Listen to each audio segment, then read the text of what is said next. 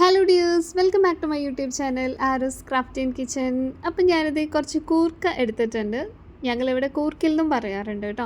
അപ്പം അതൊന്ന് നന്നായിട്ട് വൃത്തിയാക്കി എടുക്കുകയാണ്. വൃത്തിയാക്കി എടുത്തിട്ട് കുറച്ച് വെള്ളത്തിലിട്ട് ഒന്നും കൂടെ നന്നായിട്ടൊന്ന് കഴുകിയെടുക്കുകയാണ്. കുറച്ച് ഭാഗത്തൊന്നും പോയിട്ടില്ല. നമുക്കിത് മുറിച്ചിടുന്ന സമയത്ത് പോക്കിയിട്ട് എടുക്കാം കേട്ടോ. ഞാനിപ്പോൾ ഇതാ നടുക്ക് ഇങ്ങനെ ചെറിയ ചെറിയ വട്ടത്തിൽ തന്നെയാണ് മുറിച്ചെടുക്കുന്നത്. വേണമെങ്കിൽ നിങ്ങൾക്ക് നീളത്തിൽ മുറിച്ചെടുക്കാം കേട്ടോ. അതും ഒരു രസമാണ്. വല്ലപ്പോഴൊക്കെ നമ്മൾ നീളത്തിൽ മുറിച്ചെടുക്കാറുണ്ട്. സാധാരണ ഇവിടെ നമ്മൾ അധികവും വട്ടത്ത് തന്നെയാണ് മുറിച്ചെടുക്കാറ് കേട്ടോ. അപ്പോൾ ഇത്രയാണ് കേട്ടോ എടുത്തിട്ടുള്ളത്. ഇതിലേക്ക് നേരെ നിൽക്കുന്ന പാകത്തിന് നമ്മൾ കുറച്ച് വെള്ളം ഒഴിച്ച് കൊടുക്കാം. അതിനുശേഷം എന്ത് ചെയ്യുക, സ്റ്റൗവിൽ വെച്ച് കൊടുക്കാം.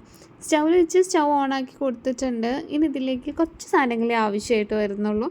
കുറച്ച് ഉപ്പാണ്, കല്ലുപ്പാണ് കേട്ടോ എടുത്തിട്ടുള്ളത്. കല്ലുപ്പ് ചേർത്ത് കൊടുക്കുന്നുണ്ട്. കല്ലുപ്പ് എന്തായാലും അലിഞ്ഞോളുമല്ലോ. പിന്നെ കുറച്ച് മഞ്ഞൾപ്പൊടിയാണ്, മഞ്ഞൾപ്പൊടിയും ചേർത്ത് കൊടുത്തിട്ടുണ്ട്. പിന്നെ എന്താ ഒരു പിടി കറിവേപ്പില ചേർത്ത് കൊടുത്തിട്ടുണ്ട് കേട്ടോ. എരിവിന് ആവശ്യമായിട്ടുള്ള പച്ചമുളക് ചേർത്ത് കൊടുക്കാം.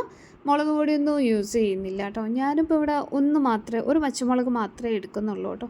അതും നെടുകെ കീറി ഇട്ടിട്ടേ ഉള്ളൂ. പിന്നെ വേണമെങ്കിൽ അവസാനം എടുത്ത് കളയാമല്ലോ. അവസാനം ആ ഉപ്പേരിയിൽ നിന്ന് കടിച്ചു പോകുന്ന സമയത്ത് ഭയങ്കര എരിവായിരിക്കും. ഞാനിതൊന്ന് മൂടി വെച്ചിട്ട് വേവിച്ചെടുക്കുവാണ്. അപ്പം കുറച്ച് നേരം അങ്ങ് വേവിച്ച് എടുക്കണം. നല്ലോണം അങ്ങ് വെന്ത് വരണം കേട്ടോ. ഇത് ആ സ്പൂൺ കൊണ്ടാക്കി നോക്കുന്ന സമയത്ത് നന്നായിട്ട് പെട്ടെന്ന് തന്നെ പൊട്ടി വരുന്നുണ്ട്. അപ്പം ഇതെന്തായാലും നന്നായി വെന്ത് വന്നിട്ടുണ്ട് നമുക്ക് മനസ്സിലാക്കാം.